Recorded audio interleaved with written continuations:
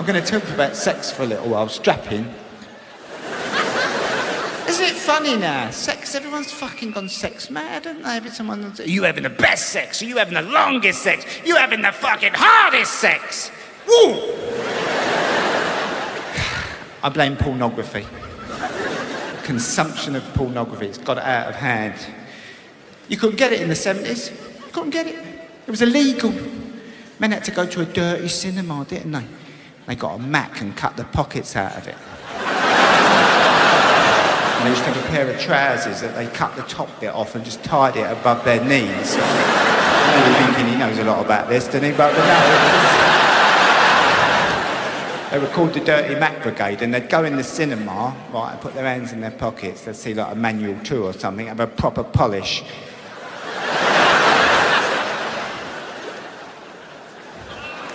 That's what men did. I'm giving it to you in the street here, people. And you get to the 80s. Sadly, much more common pornography because you had people we got the video recorder turned up, didn't it? And suddenly you could get a film. Every factory, every warehouse had a bit of a nonce in it. Geezer who reproduced them. In our factory, it was a geezer called Colin the Polisher. He'd come up and go, I've got some films, Mick, for the weekend, got some films. They're blinding. They're from the continent. He only had 3 teeth, fuck me. Mahogany, yew and dark oak.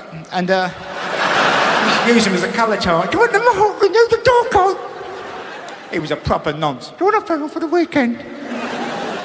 And what you did was you got the film for the weekend, £3, something like that, and you took it home and you plied the wife with Martini the Bianco. Right? And then about 10:30, 11, you went, I've got a film in work, babe. I don't know if you fancy watching it. I've got it in work. It might be good, worth watching. You put the film on, suddenly you're watching a man with a huge donger go on for hours. And you're thinking, this might have backfired a little bit. This is not natural, babe, is it? The way that man's shaping up, I think he's very well. Let's cut to the present day. Pornography consumed all day long by people. Hardcore pornography, horrible pornography, aggressive pornography. It's reached the point where when teenagers have sex for the first time, they try and strangle each other. Is this it? I thought it was going to be more fun than this. And they call it puppy love.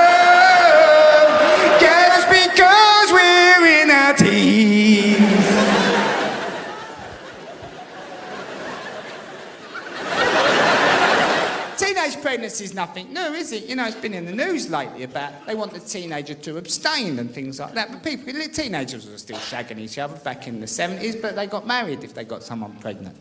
You met your mate down the pub and said, oh, you know that Tracy? You know, I told you I fucked her. She's having a baby. You go, oh, well, that's you finished then, isn't it?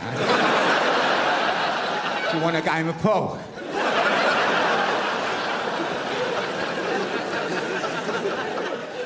Lives in the balance. I like nudity indoors. I don't like public nudity. I've tried it. Me and my wife went on a little Greek holiday once and she talked me into going to the bleeding nudist beach. Now, there's a problem if you're a male from the UK. You've been covering your penis up for legal reasons all of your adult life. And suddenly you're just walking about in front of people.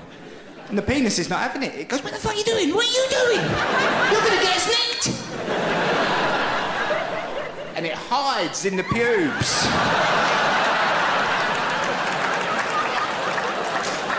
And suddenly you're standing there with a vagina. This is nice.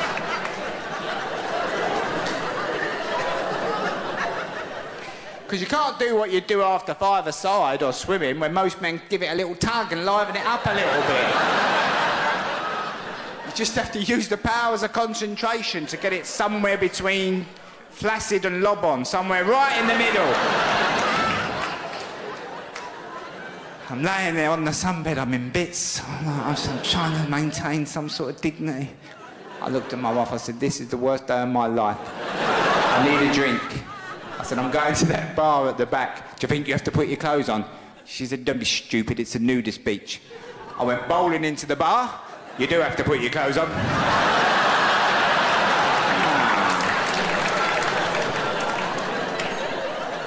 Never has a lager taken so long to pour. Slow realisation that everyone else has got their clothes on.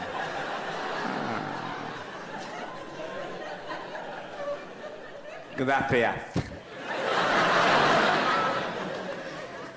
So, it's creating problems with couples. I met an eminent sex therapist, right, as part of my latest Sky show, and I was talking to her about the consumption of pornography. She said it's causing big problems with couples, Mick, big problems.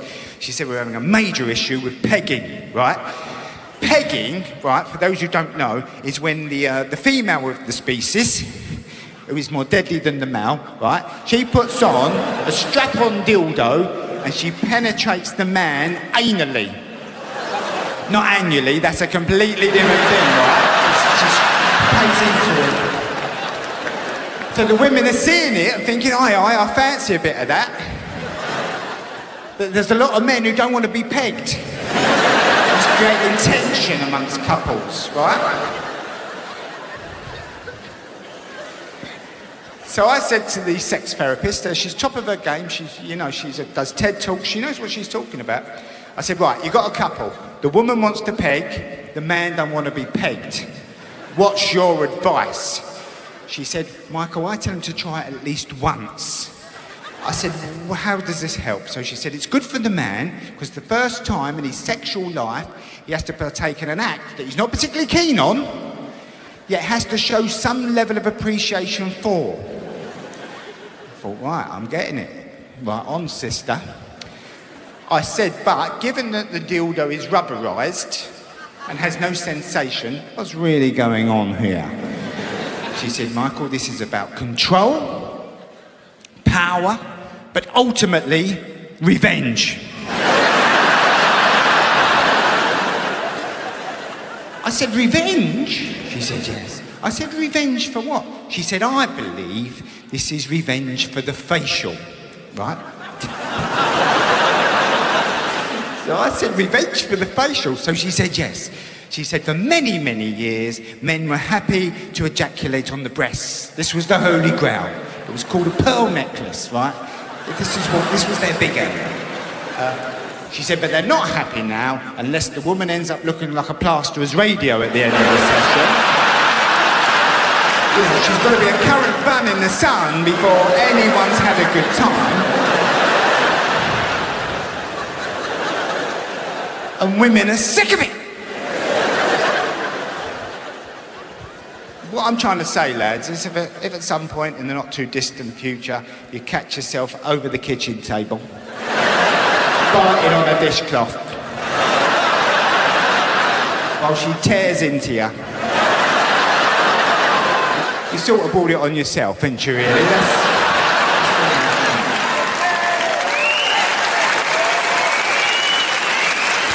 So, I thought I'd do that bit at the next Royal Variety performance. What do you think? Yeah? I won't be doing that again. They keep on asking me to do it. I'm not bowing and scraping in front of that big-eared cunt. No fucking way. Thank you for coming, people. Bit of success. Very, very nice. I said if I worked hard enough, one day my name would end up in polystyrene.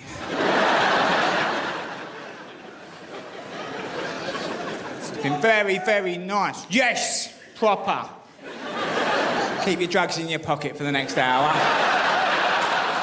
I know it's a bit sunny out there and you're all, I'll go and see Micky Flanagan, I'll call it on after. Oh, bollocks. So, been very nice, bit of success. As the success has grown, the stages have got bigger. And I'm happy about that because it allows me to partake in my flash cockney walk. The flash cockney walk is doing it. It's doing it. You used to be able to go to the East End and rely on at least seeing a couple of men walking about like an arsehole. It's died out. It's up to people like me to keep it going. Because as you know, the Cockney loves to walk about. He likes to walk about. He likes to look about. Let's have a little look about here.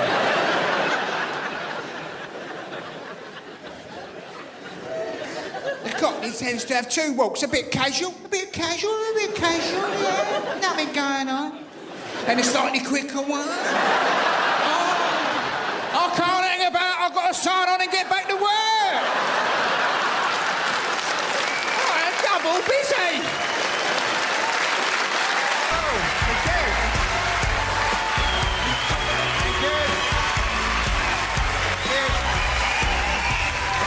Good evening, everybody.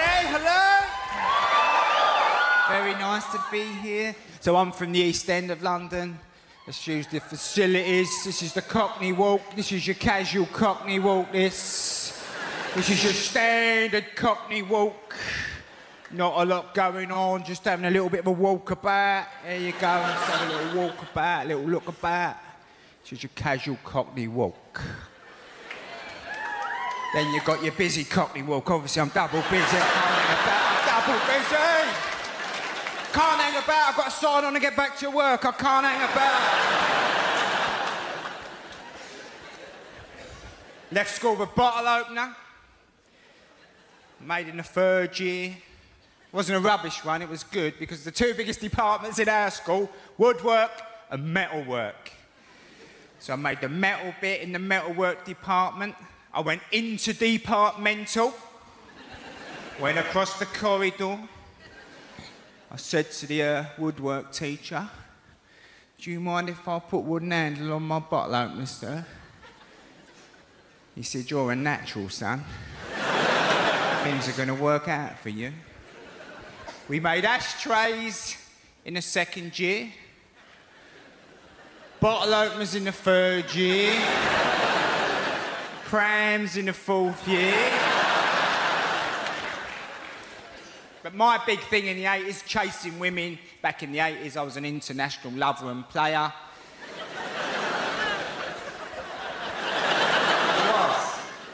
I'd made love to women as far afield as Cardiff, Cornwall. I got a girl to wank me off on the Isle of Wight. It's a day trip. It was easy to get sex in the 80s. You had to really work for it back then. Women didn't want to part up too quickly. You had to go to work.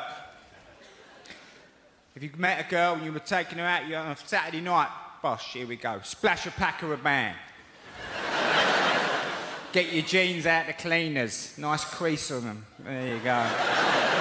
And you took her out for the evening. You treated her. You took her out for a steak Diane. Few Cinzano the Biancos. And if she wanted a prawn cocktail, she got a prawn cocktail. Women went mental for the prawn cocktail in the 80s. You see her little face light up. You've sat her down and you've presented her with prawns. Lettuce. In a wine glass. Drizzled with the dressing from 1,000 islands. Not salad cream tonight, princess. Tonight you're special. You're gonna get a dressing that's been gathered from 1,000 islands. You brought to this steakhouse in Bethnal Green. Now, you want the vagina. This hasn't changed. Men have chased the vagina since time began. The vagina has changed, as we know. It was still a big hairy beast back in the 80s. Big hairy, militant, Marxist, feminist vagina. It was angry, the vagina in the 80s. Had a terrible attitude. I mean, the knickers weren't small and it was still busting out the side. Big angry vagina. He started rolling these Marxist knickers down and it would come out. What are you looking at? But you want the vagina. So I got myself a place. Kitted it out for love. Bed-sitter. Quality bed-sitter. Not council. And I went and got all the latest gear. I spent about 700 quid. Right, let's go. Take her back. Sit her down on the futon. She's half in bed already. Up there for thinking. Go over to me stereo stacker system. Got a stereo stacker. Listen to wah-wah. With a built-in graphic equalizer. It does nothing. I slip into the cassette deck. Now that's what I call music. 2.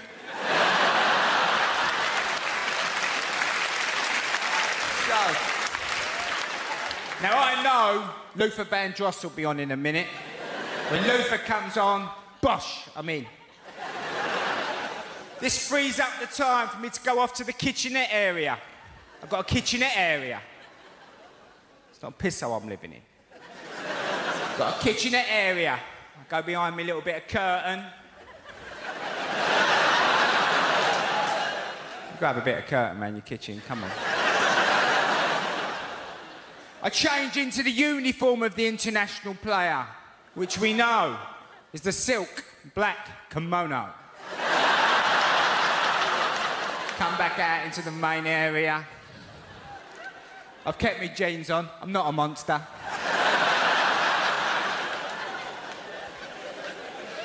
I turn round to reveal the dragon. Hold that pose. Come back with a nice chilled bottle of Blue Nun. Oh, she's gone. Now, playing days are over anyway. I sorted my life out in the late 80s. Met a very nice girl. Proper middle class. She's been skiing and everything. And we were about 4 years ago. We were together 6 years. We were making love, right? Making love. She said, I want a baby. I want a baby. I said, well, if you come off the pill, I'll start leaving it in, right? So, started leaving it in. Child came along, was created. My wife, quite a middle-class woman, she said, after a few months, she said, I'm losing my identity, she said. Losing my identity. I said, have you finished your cleaning? Comes up there, you've got a cleaner. Everyone's got a cleaner now. Poor people have got cleaners. So, she went back to work, leaving me to bring the child up. So I'm pushing him along the street in his £500 pram, which I resented initially. Then I got involved in a race in Summerfields. Oh, no, she turns on the tanner, turns on the tanner. Some idiot in a £200 buggy tried to cut me up. I said, come on, mate, there's a monkey's worth of Pramet coming through here. Shouldn't you be in Icelands with that thing?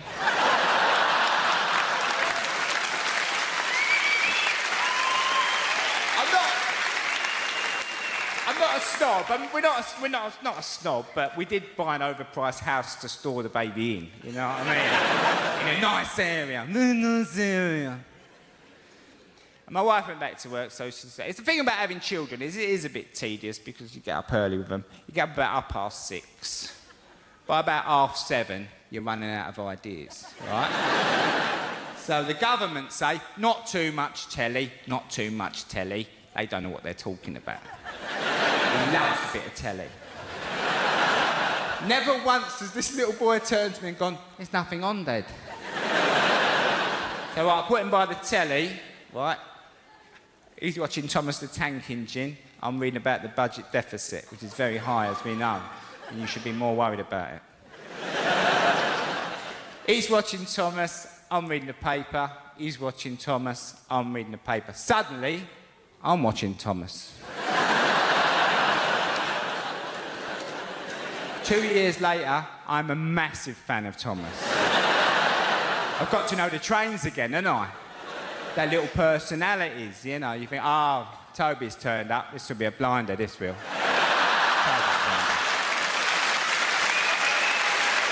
No, because where he's like, he's not a proper diesel or a steamy, and he's square, he plays up a bit, you know?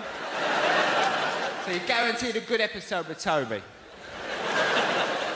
Now, the worst thing about having children, you're thoroughly enjoying an episode of Thomas. The little boy looks up at me and thinks, he's enjoying himself a bit. I'm not having that. I think I'll go off and top myself, all right? So he goes and gets in the oven. Keep me on my toes, and you have to go, hot, hot, hot! Hot, hot, hot! And you miss the end of Thomas. It ruins the rest of your day. Ruins it. It gnaws away at you. You think, how did that end? I was like, and it's not the sort of show you can just pop down the pub that night and start asking about, you know what I mean? Start saying to people, I don't suppose you saw Thomas this morning, did you?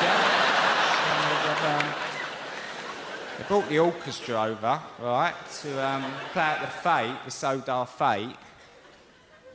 They've only sent Percy to pick them up, haven't they? I don't know what the Fat Controller's thinking about sometimes. I really don't. We know it's a job for Gordon, don't we? Possibly Henry at a push. Ladies and gentlemen, you've been absolutely lovely. Thank you very much. Enjoy the rest of the evening. Thank you. Thank you. Good evening, people of London town and surrounding areas. Ladies and gentlemen, thank you very much for coming.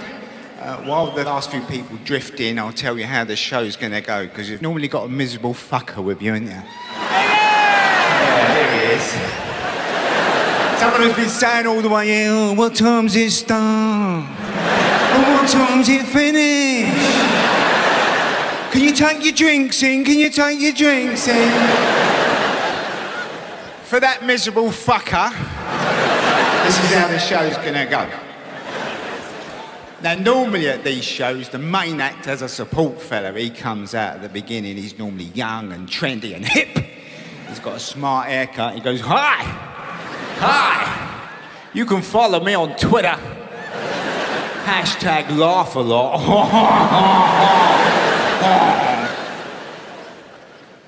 Does anyone know what that means? People say it to me all the time now. Hashtag this, hashtag that. I'll say apostrophe, fuck off, mate, will you? Try someone else, mad. Now that fella normally does about half an hour, then have an interval, and then the main act comes out. Now I don't do that, I do this bit myself. Fluff you up a bit. Met a girl, very nice girl, 10 years ago. Knew it was going to work out. We were meant for each other. The planets aligned, everything started to work out. And I'll tell you why it's worked out. She likes multitasking, and I like doing fuck all. And I mean proper fuck all as well. Old school fuck all. Not your teenage chillaxing. Come here, we is chillaxing, guy. They don't know their ball. I mean, old school fuck all, I'll talk you through it. There are young people in this room, never witnessed it. You lay on the settee like that in a slightly darkened room and you just stare at the ceiling. That's it. There's no what to do. Stare. Sometimes I ain't even thinking. I'm just being. Might become unbearably light.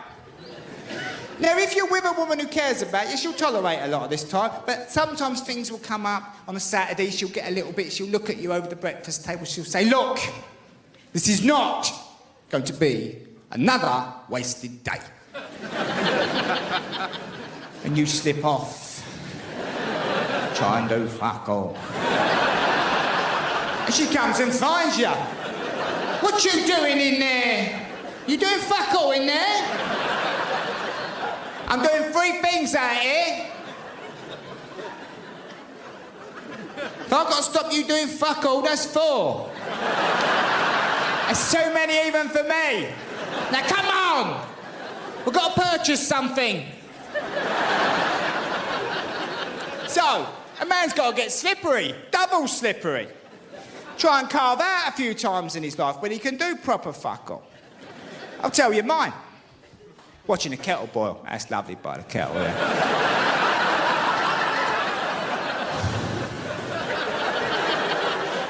Now, your mum will tell you as a child, oh, a watch kettle never boils. It does, don't worry about that. Sometimes too quickly for my liking. The key to this is to get a really cheap kettle, the proper shit one from Argos. You know, on the first page, the shit kettle. The kettle with no name. Then you've got your toaster popping. Your toaster popping there. Because this is very important. This is health and safety. Got a toaster on. You've got to put on an high-vis jacket, hard that, put some cones out. Spend the rest of your life in court. But your main one is watching a bath run. This is your big one.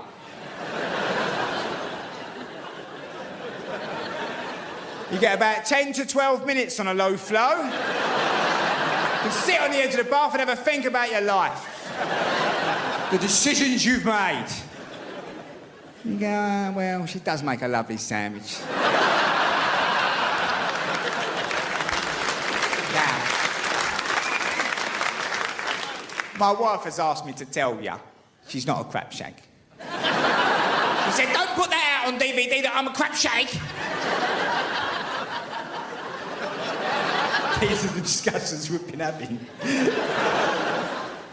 She came in, she was at the hump, she had the right. I knew she was upset. Her face had gone all long and rodent-y. She said, oh, what are you doing? I said, I'm watching the bath run. She said, there must be something else you could be getting on with. I said, in a minute, I'm going to give it a nice swishing. Is that enough? I just think people are a bit thicker and selfish now, aren't they, generally? People are thick as shit now, aren't they? Self-centred. I'm thick as shit! Thick people used to hide, didn't they? You never met many thick people. They used to be hidden, didn't they? Don't let him out, he's thick. Take him home, he's thick. Take her home, thick as shit. Now, they come on the telly. Hey! I'm thick as shit! Can I be on your telly? Where's Africa? Oh, fuck you, I can't even read.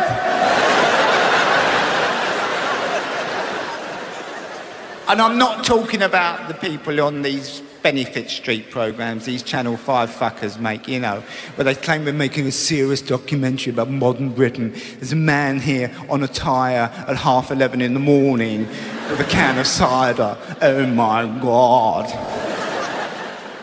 And I watch those shows and think, I want to live on that street. That's the street for me.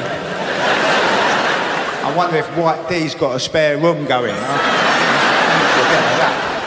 There's a show on TV now, drives me up the wall. It's called Eat Well for Less. This is a show for people who don't know how to go shopping. How'd you go shopping? We're spending too much on our shopping. This is the show. They've got the lovely Greg Wildest on there. We love Greg, top man.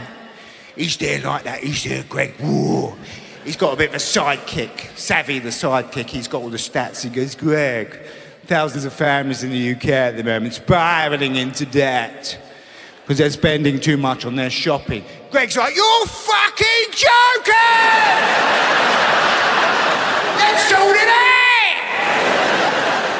Let me drink all this custard and we'll go and sort it out, all right? And he drinks a whole bucket of custard.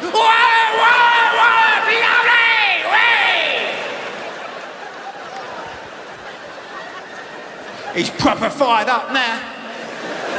He goes tearing down the street. Come on, let's sort it out! He goes walking down the street. Let's sort it out! He gets to this woman's house and he rings on the bell. She comes. He goes, get out of me way, you! He just goes in the house and he looks in the cupboard. He goes, oh, fuck off, will ya?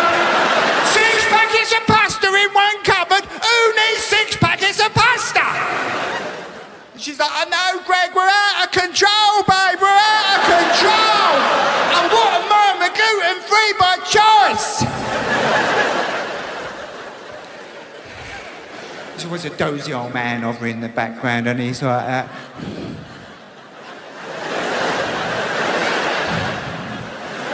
Greg says, why don't you say something when she spends all this money? Oh, I don't want to upset her, Greg. Oh, I don't want to upset her. There's the kids. Are you going to help us, Mr. Wallace? We ain't had no shoes for 2 years. She spends it all on salmon fillets and bingo. He says, right, let's sort it out. Let's sort it in. Let's go shopping. He takes them to the shops, right? Come on, let's go shopping. And they go shopping. They do a weekly shop. He goes, right, let's go home. It's good. Let's go home. Come on. And they go home.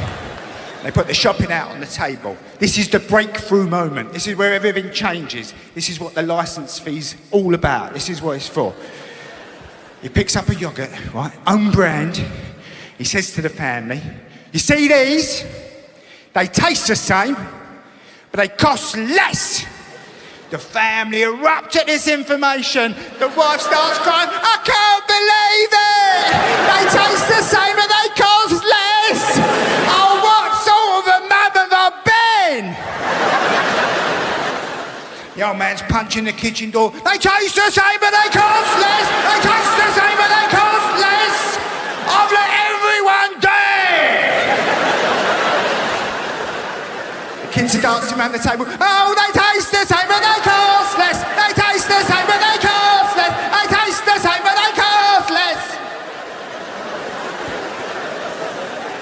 Neighbours are banging on the wall. What's all this? They taste the same, but they cost less! Why did we hear about this? African neighbour comes to the window. They taste the same, but they cost less! I don't believe it! What they bargain?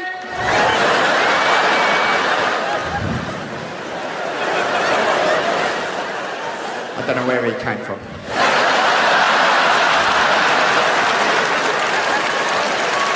I was starting to worry that Mr. Ahmed was looking like a token. All right? So I thought I'll phone an African mate for him for a bit of balance.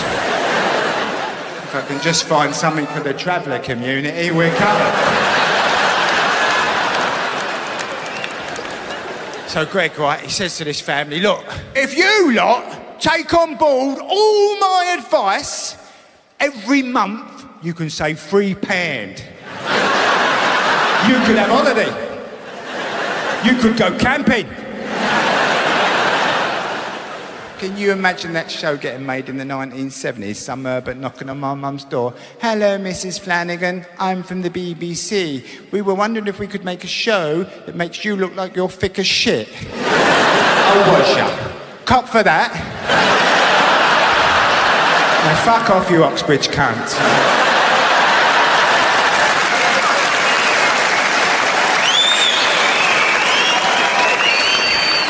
Bit strong, Mick, be strong! So right, that's the money. Put that to one side. Put that to one side. Right. I'm a celeb now. I didn't want to be a celeb. What sort of a maniac wants to be a celeb? I know I'm a celeb because they keep phoning me up. Do I want to go on this show, that show? They said to me, would I like to go on Strictly? I said, oh, come on, but only if we can have an ecstasy night. Everybody's got a double drop, don't fuck about.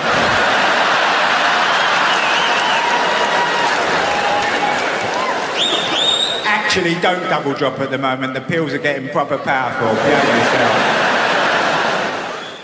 So I am a celeb. It's very strange being a celeb. You're normally pushed with other celebrities, you have to spend time with them. I try and avoid it. If you bring out a DVD, you have to do what they call the sofas. This is where you go on these shows and on these chat shows, like the Graham Norton show. Yeah, we love Graham. He's a lovely human being, Graham. Great guy. But you're there, basically. What they have is they've got Graham, then you've got 3 really fucking boring Americans.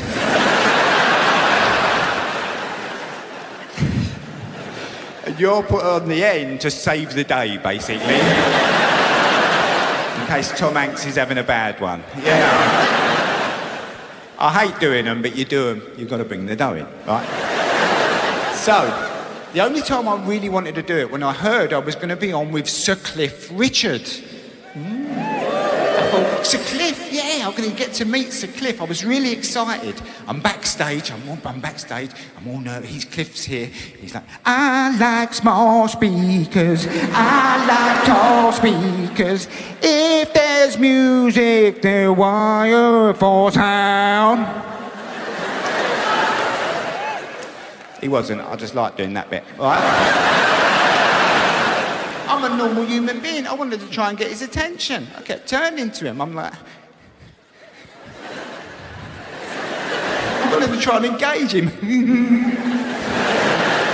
the end, to break the ice, I turned to him. I said, Cliff, where did you go on that summer holiday in the end?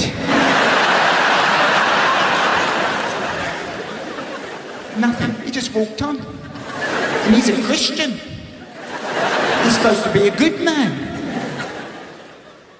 We love Cliff. He's the last of the mysteries, isn't he, Cliff? The last of the mysteries. How he is, isn't he? Come on, I'm just saying. It's a mystery still. I find it odd that a man wouldn't just tell it like it is. If I woke up tomorrow morning and thought, I might fancy a bit of cock, tell you people, double lively as well. Probably announce it on the One Show. So Micky, you got a new DVD coming out this Christmas, are there? Yes, I have, and I really like cock at the moment.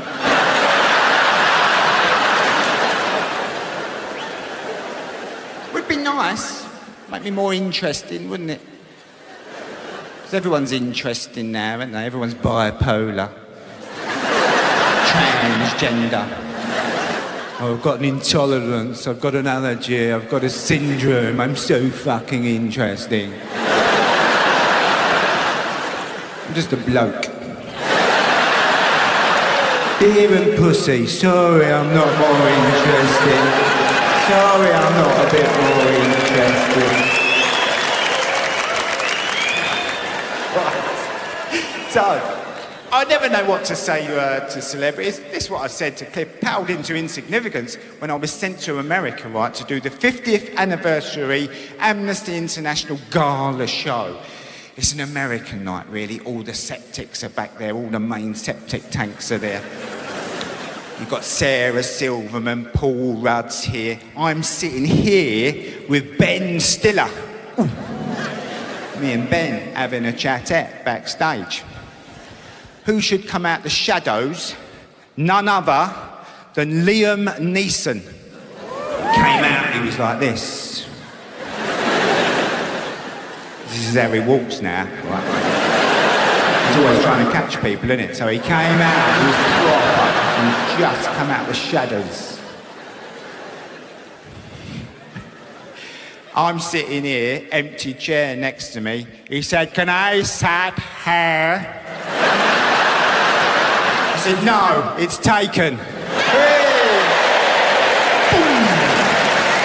Straight out the park.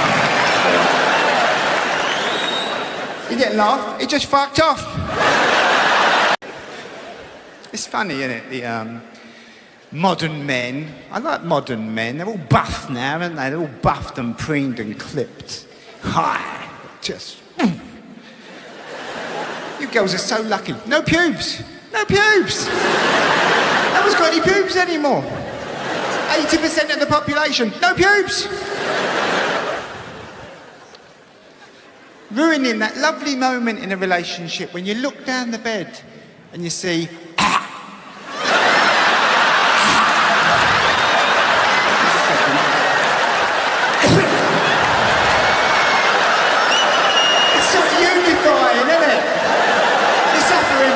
Go on, babe, you can get it out. Go on.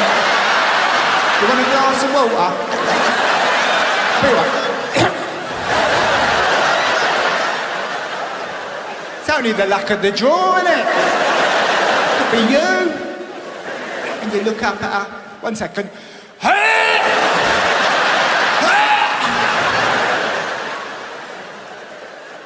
Carry on, get excited.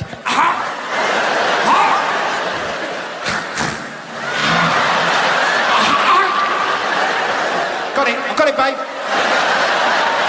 It's one of mine. Yeah.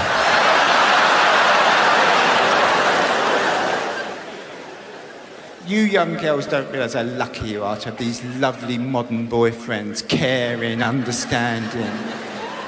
Yeah, they'll be in the pub having a drink and suddenly they say, look, I have to go. My partner's menstruating.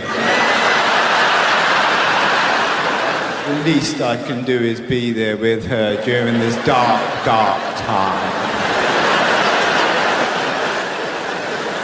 I've told her it's not her period, it's our period.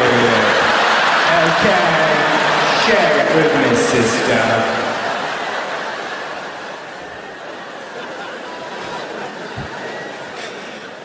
Yeah, I keep her supplied with paracetamol and hot water bottles. She's allowed to verbally abuse me whenever she likes. And she can punch me on the back of the head if that helps out. Yeah, as long as I'm there with her. And as I come in, my wife comes to the door, she goes, don't come in here. Somebody's crying. And I say, fine enough, babe, I was going to give it a miss. And I go to bed, it's got nothing to do with me, And I say, no more of it, it's her night. Yet if I go out for the evening, my wife is deeply interested in every single detail. It starts in the afternoon. She starts following me about. So where are you going tonight? I say, I don't know, we've not decided yet. What if you can't get in? What, the pub? You'll be able to get in the pub to drink lager. Who's coming along? I don't know. No one's really confirmed yet. Oh, babe.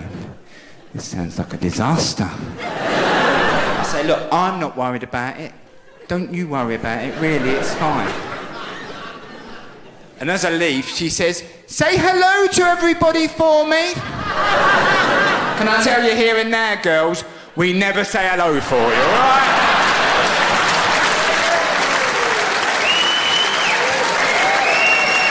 It goes in one ear and out the other. So, and my mind was fairly empty. This thought came into my mind. I don't know where it came from. It came from nowhere. It went, have a year off, Micky. I thought, yeah, I'm going to have a year off. I'm caked up. I'm a celebrity. I can do what I fucking like. This is a great idea. I've now got to convince my wife this is a good idea. Part of the reason our 17-year relationship has survived is because I've only been at home for about 3 weeks.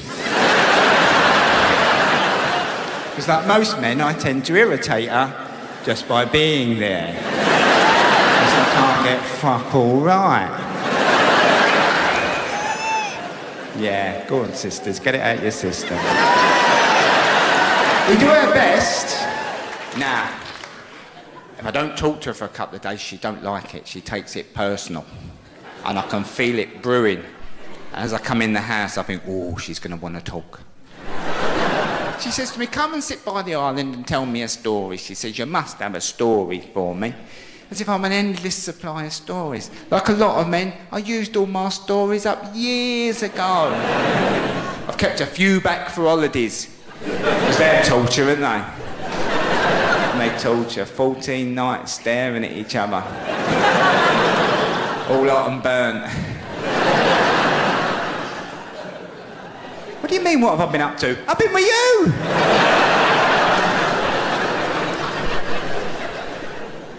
You start talking absolute nonsense to each other, don't you? You just say anything.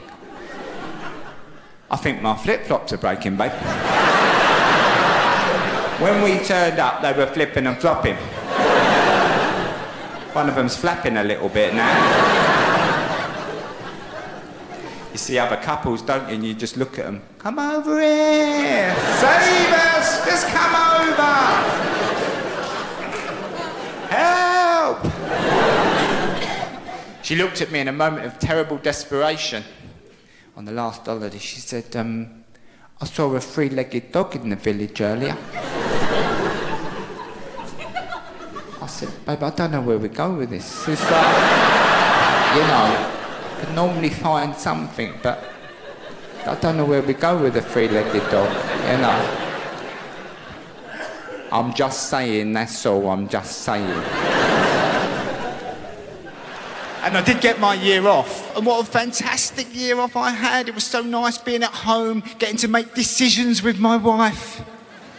Yeah. It's funny, isn't it, when you're talking to your wife, going, yeah, well, we could do this, and we could do that, we could do this, and we could do that, and part of you thinking, why the fuck are we having this conversation? We're going to do what you want to do. We all know it. Often my wife will make a decision with no consultation. She just does it. She came in about a year ago. She said, by the way, we're going camping next year. I said, oh, fuck off, will ya? Sort of a moron goes camping. Apparently the lower middle classes again, yeah. Yeah, let's go and live like refugees for a week. That'll be fun.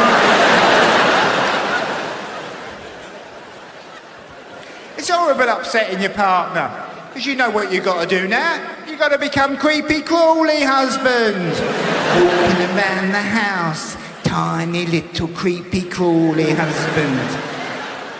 Don't do anything to upset her. Put the football on. No, I'm not putting the football on. I don't like the sound of that. It's starting to get smaller and quieter and tidier. You start doing shit you don't normally do. I've emptied the dryer for you, babe. Oh, I meant for us. Sorry, I meant for us. I don't know what I was thinking there. There's no separate spheres in this house, sister. Just a circle of equality. If you do this for long enough, she comes back. She parks the boat up, she comes back, and you go, thank God. Now I can work on her a bit more. Maybe we'll be back to normal in about 2 or 3 days, 2 or 3 years. Much quicker turnaround with me, much quicker turnaround with me. My wife has a penchant for shrinking my t-shirts. And I buy quality now, proper quality, Fruit of the Loom. If you got it, flaunt it. I told you I'm packed up. Fruit of the Loom. 12, 14, 15 quid, let's have it. I get 2 wears out of it. Suddenly I go to the dryer, there's a crop top. Oh, here we go. I go in and I say, babe, look, another one. 2 wears I've had out of this. She says, well, you could do the washing yourself, couldn't you? I say, that's what I'm not here to argue about that. I got the right ump the other day, though, a nice t-shirt, shrunk. I said, I tell you what, babe, it's unacceptable. And as I walked away, she went, ooh, unacceptable, is it? I went in the front room, I slammed the door. I pushed it quite hard, right? Me and the dog are watching Flog It, right? We're watching Flog It, me and the dog. She likes Flog It. She knew she'd upset me. She knew. The door came open. A little face come round the door. She said, do you want a wank? I said, what's the point in arguing, baby? Where does it get me? Tell me, really, where does it get me? It's old-fashioned, mate. Nobody argues anymore. Everyone talks things through.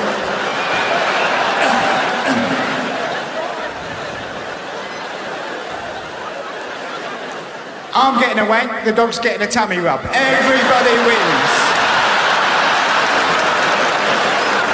We're back together. Women love a new top. Ooh. You see a woman a bit chipper. You say, what you so cheerful for? I've got a new top.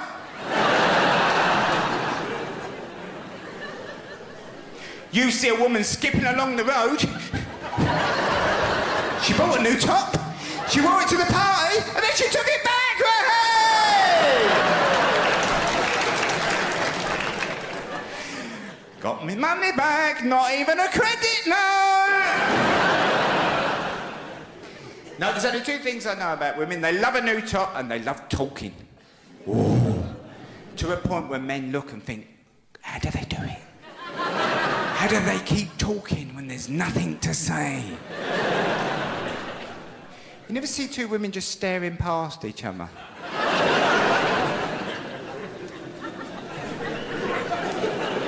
They just look at each other and they go for it, don't they? Something will come up.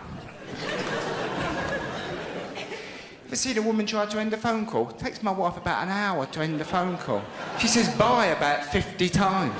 Bye then, bye-bye, bye-bye. Bye-bye, bye-bye, bye-bye. Bye-bye, bye-bye, bye-bye. Bye-bye. Bye-bye. Bye, bye-bye, bye-bye. Bye-bye. Bye. Bye. Bye-bye. You're joking, really?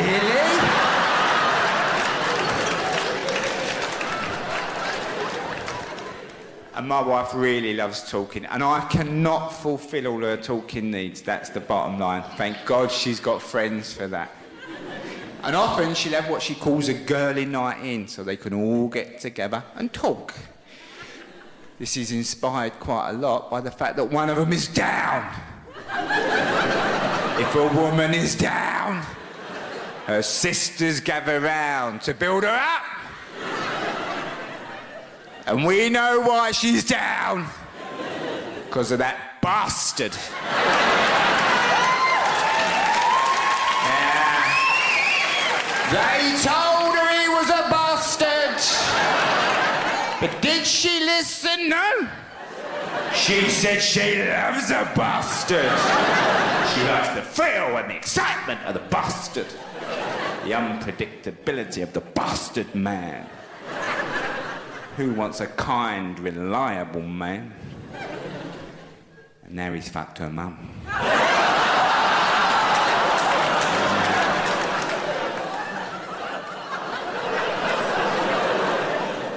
He's done the MILF-GILF combo. Legend or bastard, you decide. So my wife says to me, all the girls are coming round on Thursday night, what are you going to do? This is her way of saying, the girls are coming round on Thursday night, you must leave the building. I'm happy to go. I look in the fridge before I leave, there's 8 bottles of Carver there, of course. There's 5 of them coming round. And when I leave, they're all in the front room, chit, and I say, ciao Bella, and I leave. And when I come back, I'd have thought things would have calmed down a bit. No. It's chaos in the front room. No one's listening to anyone. There's always one who's just drifted off to the stereo to have a little dance on her own. First I was afraid, I was petrified. Then thinking, I could never leave her by my side. Bastard. Bastard. There's always one crying. There's always one crying. They're all round. They come on, come on, come on. They say, come on. And I see all this through the window. And as I come in, my wife comes to the door. She goes, don't come in here. Somebody's crying. And I say, funny enough, babe, I was going to give it a miss. And I go to bed. It's got nothing to do with me. Nothing to do with me. And I say, no more of it. It's her night. Yet if I go out for the evening, my wife is deeply interested in every single detail. It starts in the afternoon. She starts following me about. So where are you going tonight? I say, I don't know. We've not decided yet. What if you can't get in? What, the pub? You'll be able to get in the pub to drink lager. Who's coming along? I don't know. No one's really confirmed yet. Oh, babe. This sounds like a disaster.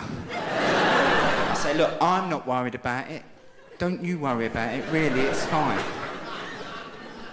And as I leave, she says, say hello to everybody for me. Can I tell you here and now, girls, we never say hello for you, all right?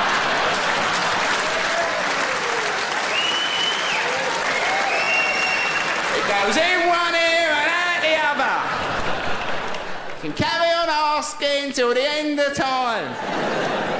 No man has ever walked into a boozer. My wife said to say hello. Because all the other men would say, shut up, you dickhead. No one passes on the say hello for me. It's from their world. You're in our world now. And when I get home, she's on me again. All right. Did you have a good night? So, yes, thanks. Any gossip? Any scandal? Say, no, we just had a few drinks and a few laughs.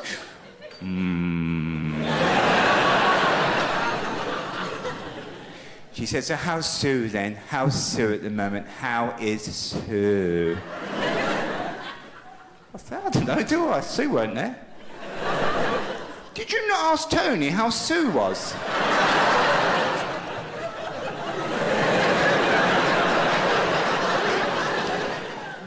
I didn't even ask Tony how he was.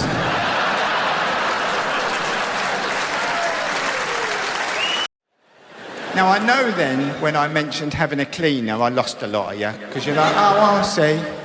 Claim you're one of us, but you got a cleaner, have you? Now, I found it hard getting a cleaner. I've had sisters who were cleaners. It's hard, isn't it? And I thought I didn't want to become part of the petty bourgeoisie. But then the house got a bit too big, to be honest with you. We couldn't cope. I mean, she was struggling with the West Wing, you know. East Wing was a state. I said, all right, we'll get a cleaner. OK. So we went and got a cleaner. She's a lovely lady. I have to tell you at this point, she's from abroad, all right? She's from abroad. We're not quite sure where. We don't pry. She likes to come on a Friday, right? My wife makes herself scarce on a Friday, leaving me to deal with the cleaner, right? Every Friday I get this. OK, so she comes in, I make her a nice cup of coffee, and I go back in the kitchen on the laptop. She likes to start upstairs. Then I get this all of a sudden. She's by the kitchen door. America! You know where coffee put a shower?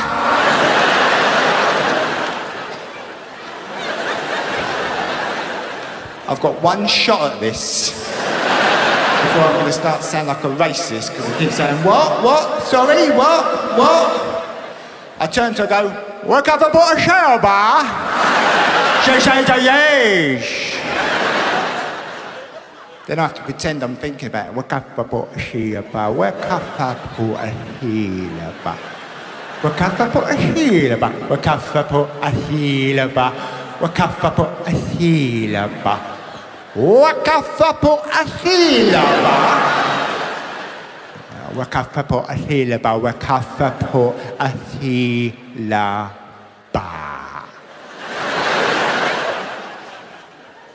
Where did Kathy put the sillet bag? Yes!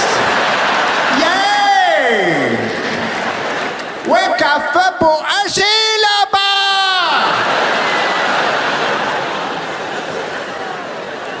So it's in the bathroom cabinet, top right-hand side, probably. Mr. Ahmed's got a lovely shop. He's in the ship parade, by the way, Mr. Ahmed. He's proud of his shop. It's not that great, but I'd never tell him. He's got a terrible card selection, and I know because I've used it to get out of jail a few times. Because as we know, there's a group of people in the world who believe the giving and receiving of cards is very, very, very, very, very, very, very, very, very, very, very, very, very important. And they're called women. Don't they love a card? Fuck. My wife got someone a card the other day because they'd had their kitchen finished. Now, there are a lot of dates to remember for a man, and it's quite confusing and quite stressful. Anniversaries are tough, aren't they? Certainly if they fall on a weekday, you keep telling yourself all day long, I'm going to get that card later, I'm going to get that card later, I'm definitely going to get that card later. And if you're a decent man, you go to the card shop. You don't go to the newsagents, you go to the card shop. You ever seen a man in a card shop? You'll never see a more lost, confused individual in your life, more desperate, lost, just staring at these cards. Fucking hell. Look at all these cards, man. There's not this many occasions, is there? The woman says, can I help you, sir? I've got to get a card. It's for my wife, it's our anniversary, you know. Yes, they're over there, sir. Thank you. Thanks. You get the card, and you take, can I buy this card, please? Yes, if you've got £13, sir, you can buy it. Oh, thank you. Should I bend over here or in the stock room? Thank you.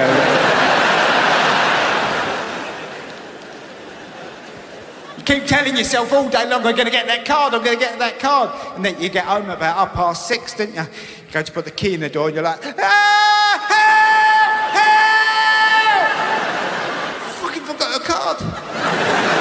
All the blood drains from you. There's a whooshing sound in your ears. You think, I'm going to go, I'm going to go. Think, Micky, think. Mr. Ahmed's. And I go running down the street. And as I come in, he puts a bottle of vodka on the side. I say, not now, Mr. Ahmed. I'm proper under pressure, mate. Not now. I've now got to pick a card out of his pitiful selection here. It's pitiful. There's a bunch of violets. Who the fuck buys violets on the card? Polar bears. Polar bears can help. Polar bears in sunglasses. That could do it. Let's have a little read of this. I think you're cool. Well, that ain't gonna do it. It's not my name. Then you see it. A vintage car. Somewhere in the recesses of your mind, you convince yourself, I'm sure she loves a vintage car. I'm sure when we first met, she told me she loves a vintage motor. That'll do for me. I go to Mr. Ahmed, I say, give me a pen, Mr. Ahmed, let me write a nice message. You're my favourite ride.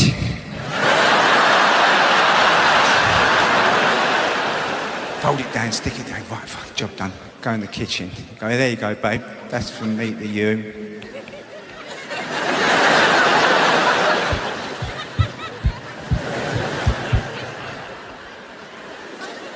She's beaming! And she opens the card and suddenly her face has gone. She's worked out this is a forgot to get the card. The tenner flutters to the floor.